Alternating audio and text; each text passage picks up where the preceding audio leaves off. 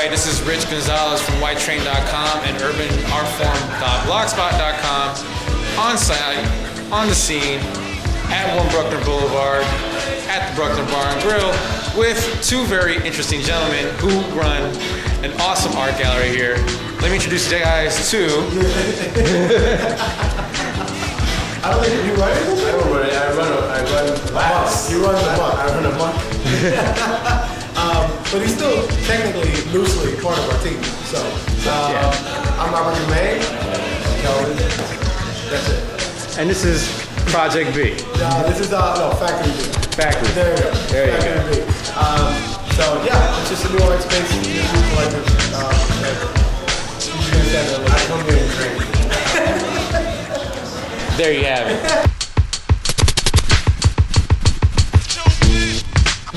Okay. She's, like I said, born in Berlin, works and shoots in London, has an amazingly keen eye, just kind of has a very, I don't know, she just finds interesting angles on things. It's not very typical of most of the other photographers. This stuff is, I think, a little bit easier to digest as far as like what people would like and what they wouldn't, but a lot of her other work has very weird and quirky kind of angles that make you realize like, oh, I didn't realize you could see that in that same way. And she's very good at just finding those little niches. Okay. But these two pieces are dope. I think it'd make a great collection for anybody to have. This is at the Tate Modern Museum in London, and this, I believe, is actually her boyfriend that's playing bass. So these two pieces, part of our screen printing session. This is Roberto Enamorado, who used to do some photography and graphic art years ago. He still does some now. But this piece is actually, I forget which pier, but he purposely made sure to print it upside down. The whole idea was to have you do the whole, well, is it supposed to be this way? Is it not supposed to be this way? That's kind of this whole deal for this piece anyway. Okay. This piece beneath, however, we have the artist with us. So, Kelvin, I don't know if you maybe would like to talk about your piece. Yeah, hi. Go ahead, man. It was a piece I did as part of my cellular synthesis series where I took my cell phone, which is right here, my paintbrush, and I just take different light anomalies. I have a dozen of them in my cell phone. This is a light anomaly that I caught in Brooklyn. I was just kind of moving my phone around and I caught it. And I really fell in love with it because it looks like it's illuminated, like self-illuminated. If you turn off all the lights and it's still dark, for some reason the piece still attracts light. For some reason, I don't know how I did that. I'm a genius, but it absorbs light. So if you turn off all the lights anywhere, it still looks like it's illuminating and it's beautiful. I think it's it's a moment caught in time that will never be caught again in the same way. And it's called Jellyfish. And it's also becoming quite the stir among other people to use their cell phones to create art. Yes. So, go figure. These next two pieces are from a bronze-based photographer named Christopher Cintron. He's a friend of ours actually for many, many years.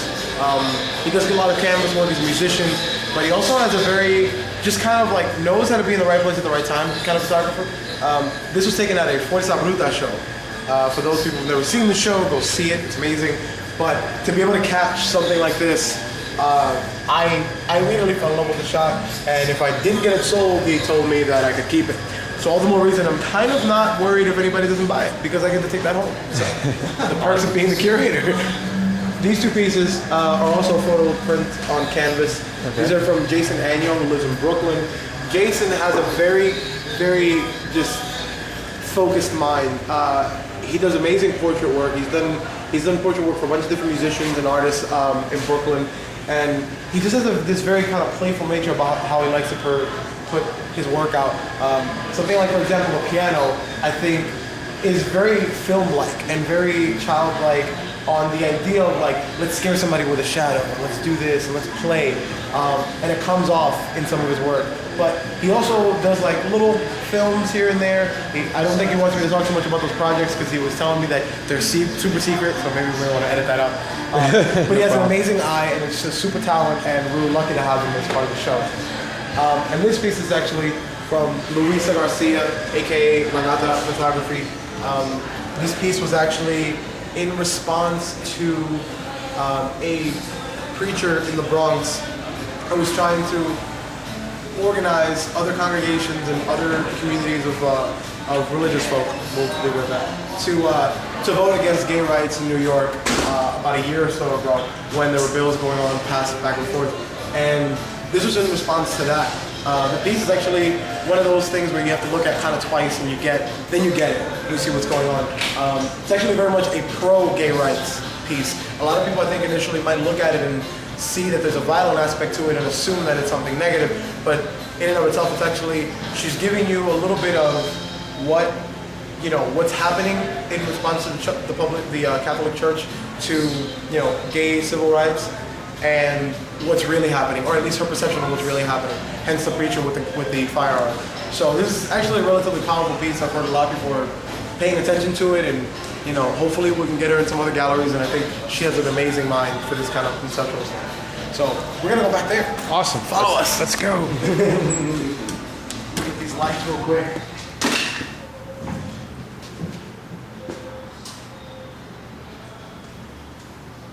Nice.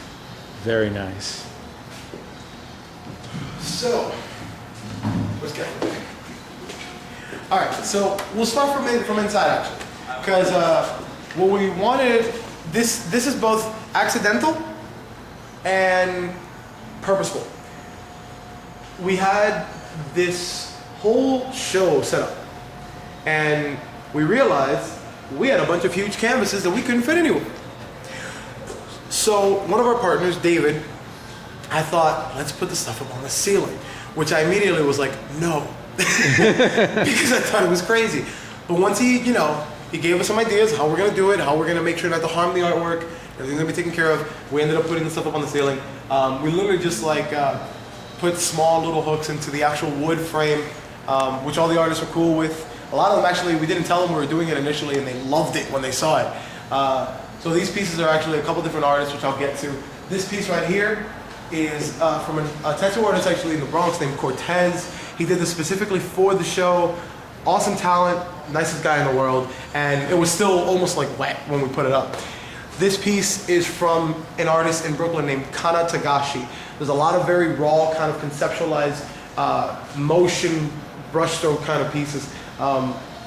There's something powerful in those pieces, especially when you see them that they're 6 feet tall, and she's like 5 feet tall. So there's something very interesting, like meeting her too, because she's just a very chill individual, and you see the work, and it looks violent, and it looks like like a battle ensued somewhere, or whatever. And this is kind of what's left. She also works in mixed media. It's not just acrylic or oil on canvas. She likes using a lot of Japanese newspaper in her work. Okay. This is another one of the artists that we put up. This is Nicola Pottinger, who is a graduate of Cooper Union and an amazing talent. She kind of works in dreamscapes and finds a way to visualize things that are going on in her head in ways that we can't really comprehend, but somehow love. And there was something very, there was like this intrinsic value, and I know this is good, I can't figure out why yet.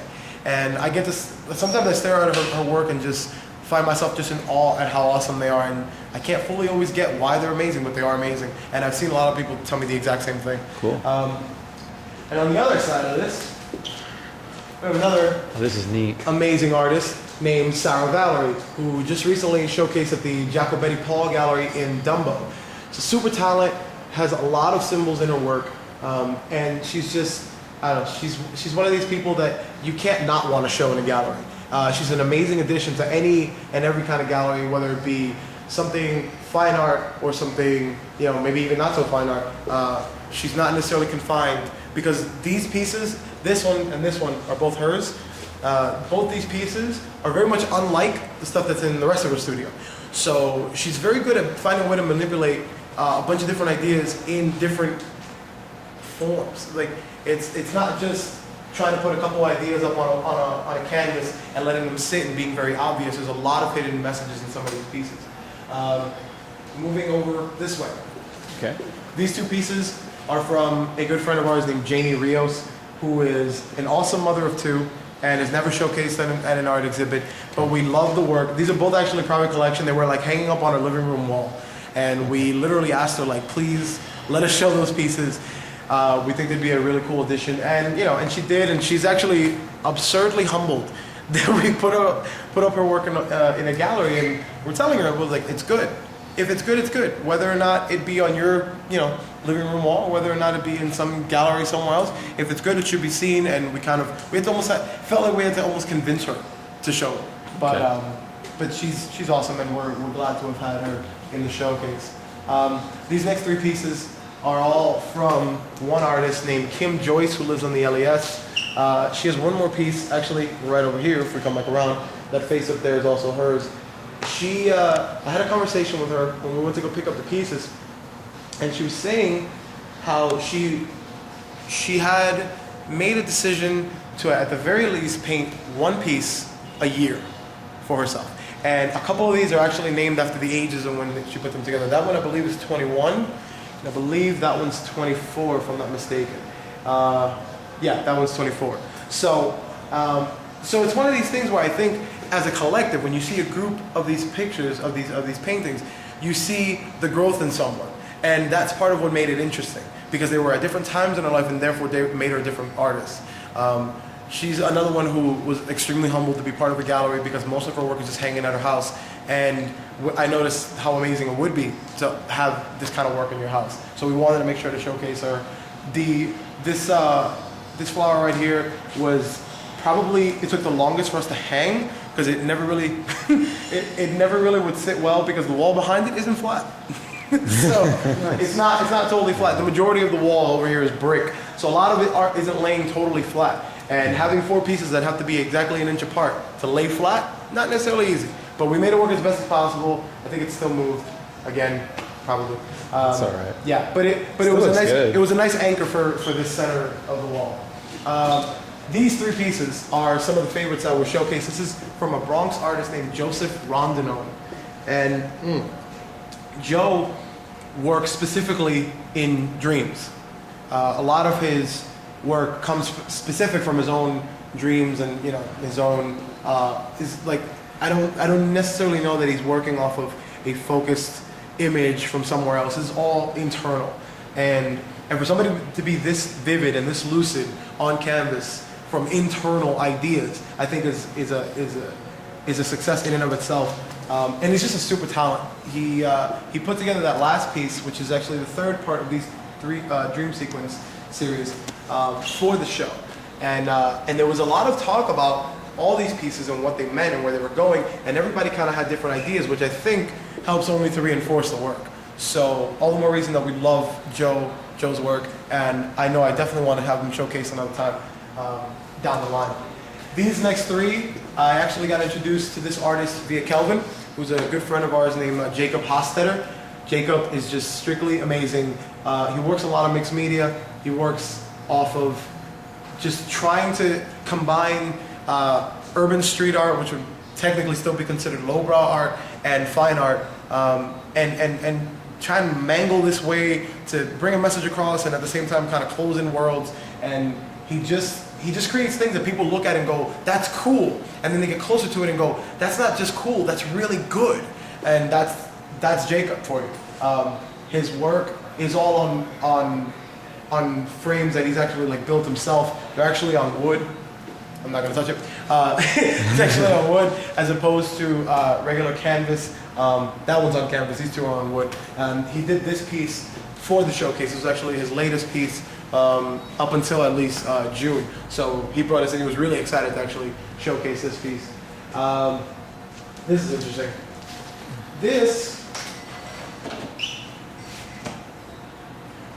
This was done during the event.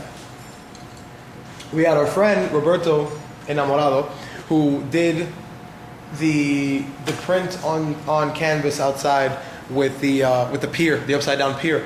Yeah. This is his work. He does a lot of graffiti work. He's very much based in urban art. That's his thing. And I'd asked him, for the sake of having some live art going on, I was like, come and do something. I didn't tell him what to do. I didn't tell him what we should be doing.